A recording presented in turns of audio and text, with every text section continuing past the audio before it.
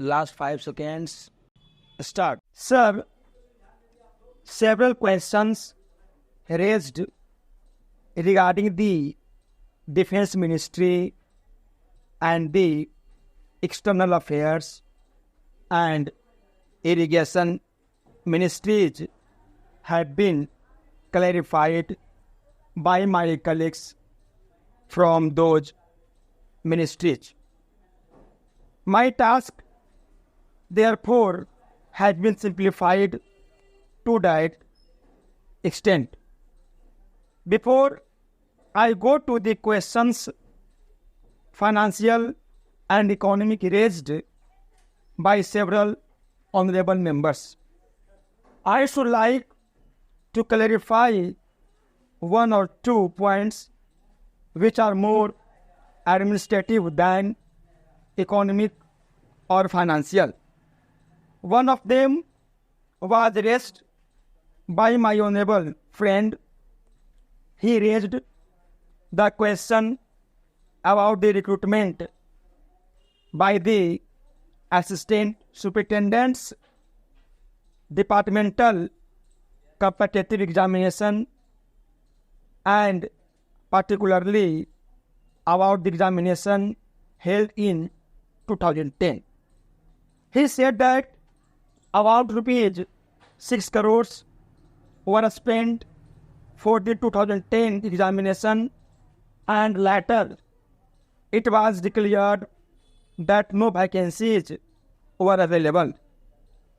He therefore suggested that a definite procedure should be there and the examination should be held according to the vacancies declared in advance, and all persons who have qualified in that examination should be eligible for promotion or for appointment para.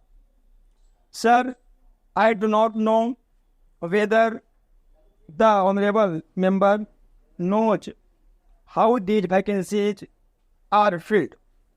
He properly refers to the section officers grade in the Central Secretariat Service.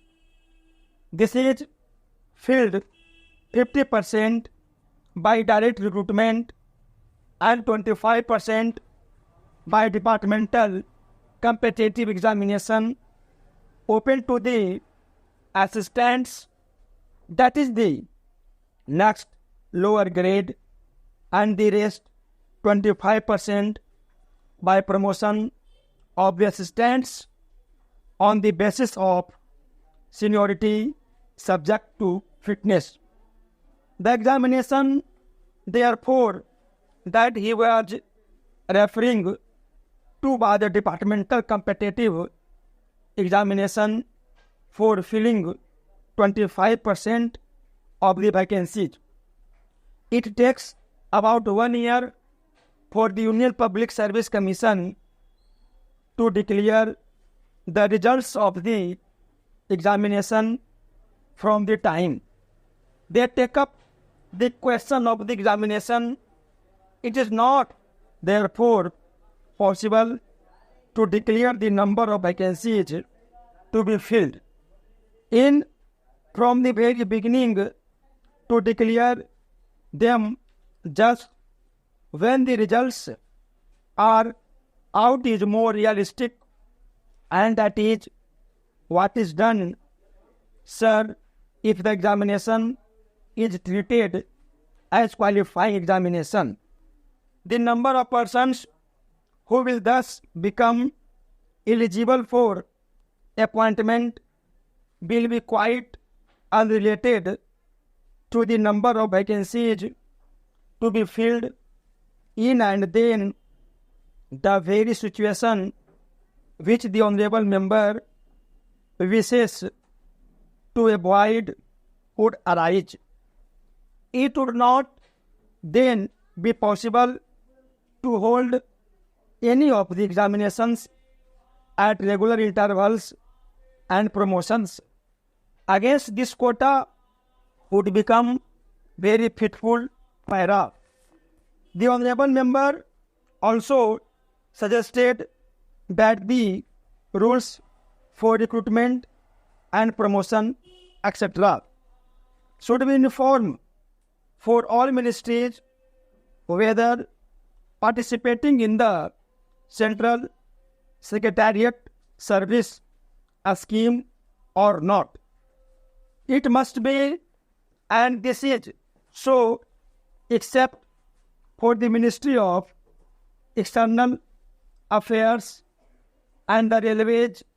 These have different rules, but these rules are very much similar, and there is not much difference.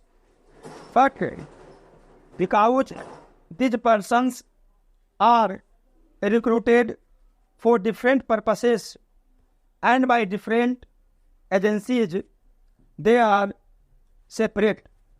Therefore, his purpose in saying that there should be uniformity is almost carried out.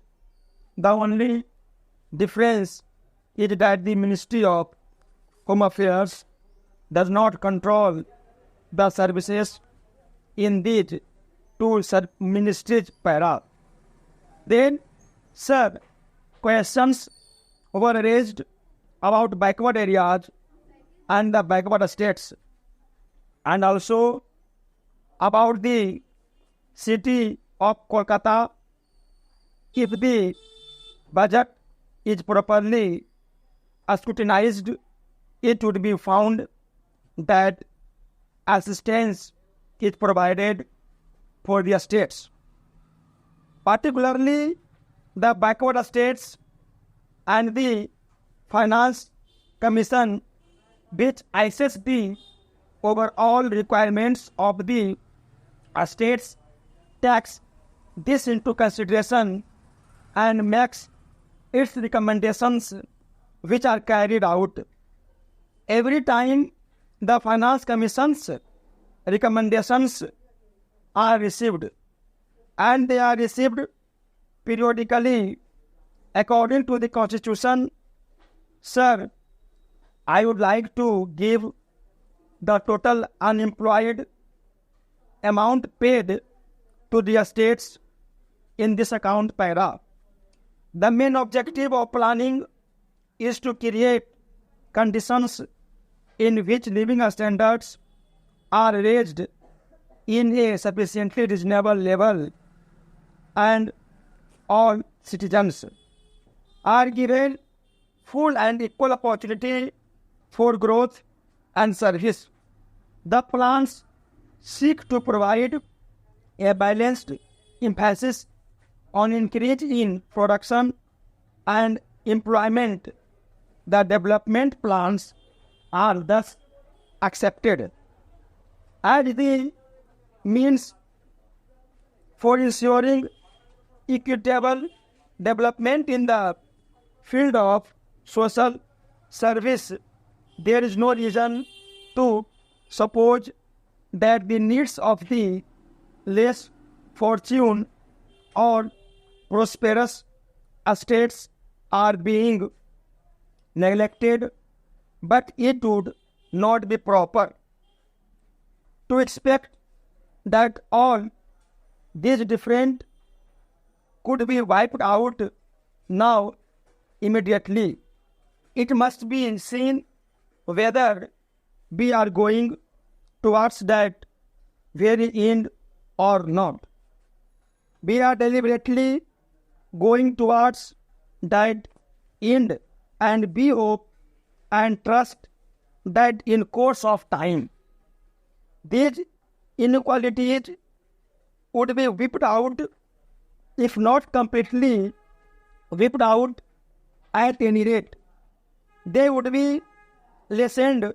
My honorable friend complained about inadequate provision included in the plan for meeting the growing requirements of the city of Calcutta, where even the basic services like water supply, sewage, disposal and drainage were not being augmented, and that the central government was not enthusiastic about